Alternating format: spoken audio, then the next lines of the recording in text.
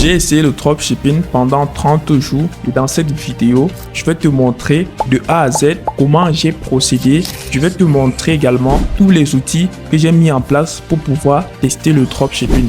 Je tiens déjà à préciser que je suis en Afrique, plus précisément au Cameroun. C'est juste pour vous faire comprendre que vous aussi, si vous êtes en Afrique, vous pouvez aussi le faire. À la fin de cette vidéo, je vais vous montrer le résultat que j'ai eu et on va découvrir ensemble si j'étais rentable ou pas. Donc, suivez cette vidéo jusqu'à la fin pour ne rien rater. Si vous n'êtes pas encore abonné à la chaîne, je vous invite de vous abonner, d'activer la cloche de notification pour ne rien rater. Et si les contenus comme ce contenu vous intéressent, alors n'hésitez surtout pas à me dire dans les commentaires. Pour pouvoir faire le dropshipping en Afrique, la première des choses que vous devrez faire, c'est de créer une société offshore. Une société offshore sera vraiment très utile pour vous. Et c'est quoi une société offshore? Une société offshore, c'est une société que vous créez dans un pays où vous n'êtes pas résident. Donc, vous pouvez être en Afrique et vous créez votre société aux États-Unis ou au Royaume-Uni. Et c'est grâce à cette société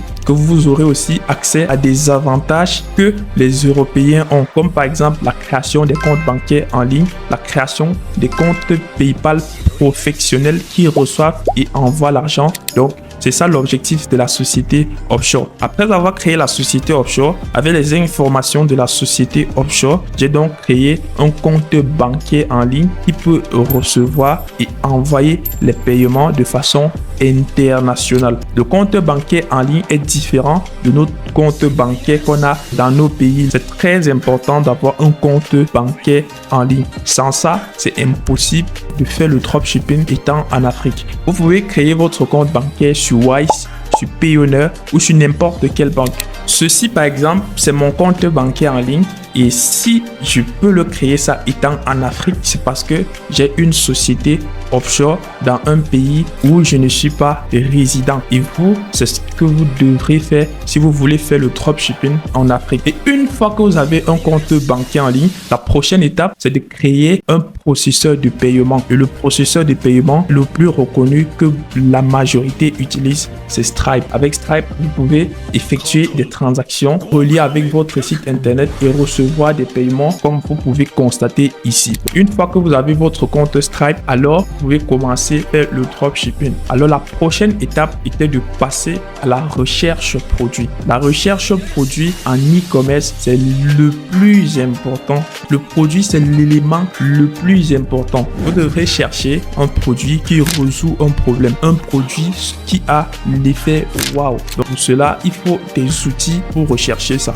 Donc l'outil que j'ai utilisé pour rechercher mon produit gagnant, c'est Dropisfy. Donc j'ai utilisé l'outil Dropisfy pour pouvoir rechercher les produits gagnants. Je tiens à préciser, cet outil n'est pas gratuit. Cet outil est payant, 9 € par mois. Pour configurer, vous allez juste entrer les filtres pour pouvoir rechercher les produits gagnants. Et comme j'ai dit, les produits gagnants sont des produits wow, des produits qui vont résoudre des problèmes. Une fois que moi j'ai eu mon produit gagnant, la prochaine étape, créer la boutique en ligne pour vendre ce produit. Et pour avoir une boutique en ligne, nous avons Shopify qui est très reconnu. Pour le premier mois, vous allez payer uniquement $1. Et pour cela, vous venez sur la barre de recherche, vous allez juste écrire shopify.fr. Vous pouvez lancer l'essai gratuit et vous profitez de 3 jours gratuitement avant de payer $1 un mois. Donc, vous avez une boutique en ligne pendant un mois et vous pouvez déjà tester les produits pendant cette période d'essai. Lorsque vous cliquez sur démarrer l'essai,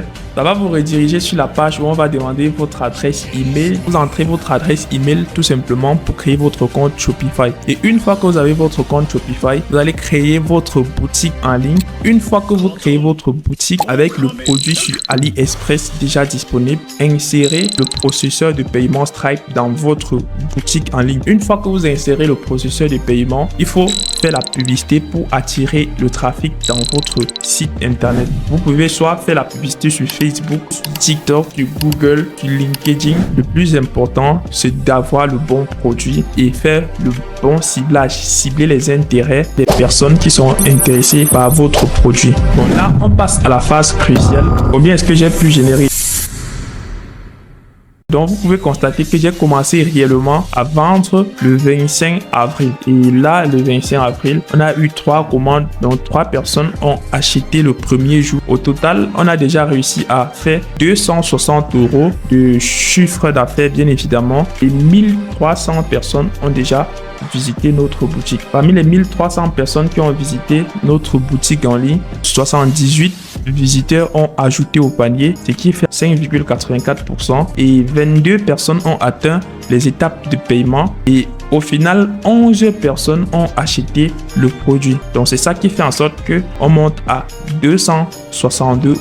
Donc, on a fait la publicité, on a dépensé environ 150 € dans la publicité. Il y a eu des problèmes au niveau du compte publicitaire avec les blocages Facebook et autres. En vrai de vrai, pour être honnête et transparent avec vous, dans cette boutique, nous ne sommes pas encore rentables. Le produit qu'on a actuellement, je peux pas forcément vous montrer parce que ça tourne encore. Je peux pas vous dévoiler le produit, mais avec le temps, je pourrais peut-être vous montrer. C'est un produit qui est assez intéressant. On a d'abord testé 2 produits et ça ne générait pas les ventes, mais ça c'est le 3e produit qu'on a testé et ça se génère déjà quelques ventes. De cette vidéo, l'objectif principal, c'est de vous montrer qu'étant en Afrique, on peut bien évidemment faire le dropshipping. Je vais également faire une vidéo comme celle-ci pour vous montrer en détail, de façon transparente, comment mettre en place par exemple une boutique en ligne, comment faire la publicité, comment créer par exemple une société offshore. Ce sont les vidéos que je vais faire dans cette chaîne pour vous montrer de façon transparente comment est-ce que vous pouvez faire pour faire aussi du dropshipping. Si cette vidéo vous a intéressé, n'hésitez surtout pas à laisser votre commentaire, de vous abonner et d'activer la cloche de notification, et ça fait vraiment un plaisir. À l'épisode.